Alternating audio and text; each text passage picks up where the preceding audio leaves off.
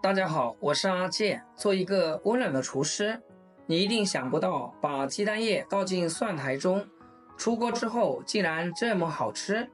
这个做法很多人可能没有试过，比吃大鱼大肉还要香，大人孩子都喜欢吃。认真看完这个视频后，保证你会有所收获。我们先来准备3块1斤的新鲜蒜苔，把蒜苔的尾巴先给它切掉。这蒜苔尾巴可千万不要扔，长起来多一点，另外留着炒着吃。然后给它放到盆里面，加适量的盐和清水没过蒜苔，仔细的清洗干净，控干水分，放到菜板上面，切成均匀的小细圈，尽量切细一点，这样既能更好的成熟，而且做出来的菜品会更好看。有一句老话说得好，春天不吃蒜，一年都白干。春天就是要多吃蒜苔，对我们的身体好处多多，而且也是时令菜，口感好，经济实惠。这会儿马上又要到夏天了，抓住春天的尾巴，最后的一波蒜苔，我们也要抓紧多吃几次，要不然这菜变太老了，口感就不好。全部切好，放到大碗里面备用。蒜苔和鸡蛋可是绝配，它不仅做出来口感好，而且特别的实惠，深受百姓的喜欢。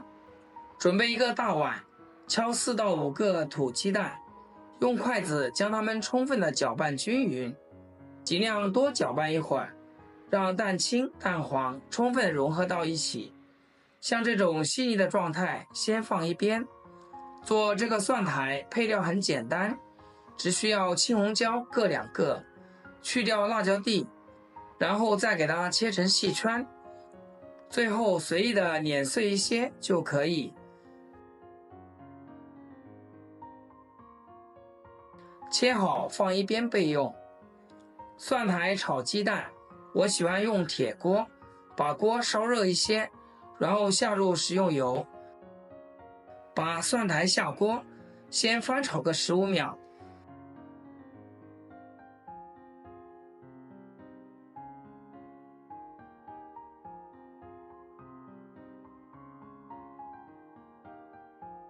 再加一点点毛毛盐，继续给它翻炒1分钟。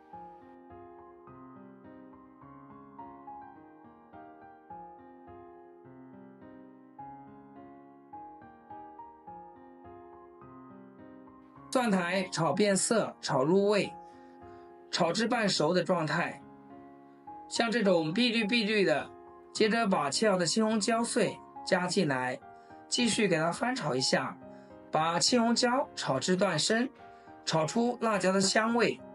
调味就比较简单，加一点点的松茸鲜，一点五香粉或者是花椒面，继续小火翻炒，把调味料化开。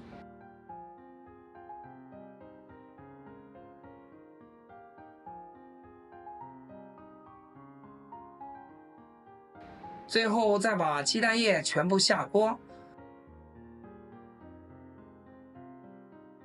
用铲子将它们翻拌均匀，让蛋液快速凝固，这样外面煎得香香的，里面也会更容易成熟。再将它们摊开，摊成饼状，这样受热均匀，煎起来也不容易糊。继续小火慢慢的煎，把2面都煎至金黄焦香。亲爱的朋友们，制作视频不易，阿健每天分享简单实用的家常菜。要是今天这道蒜苔鸡蛋对你厨艺有所提升的话，请记得给阿健点个赞，或者评论转发出去，让更多朋友学会。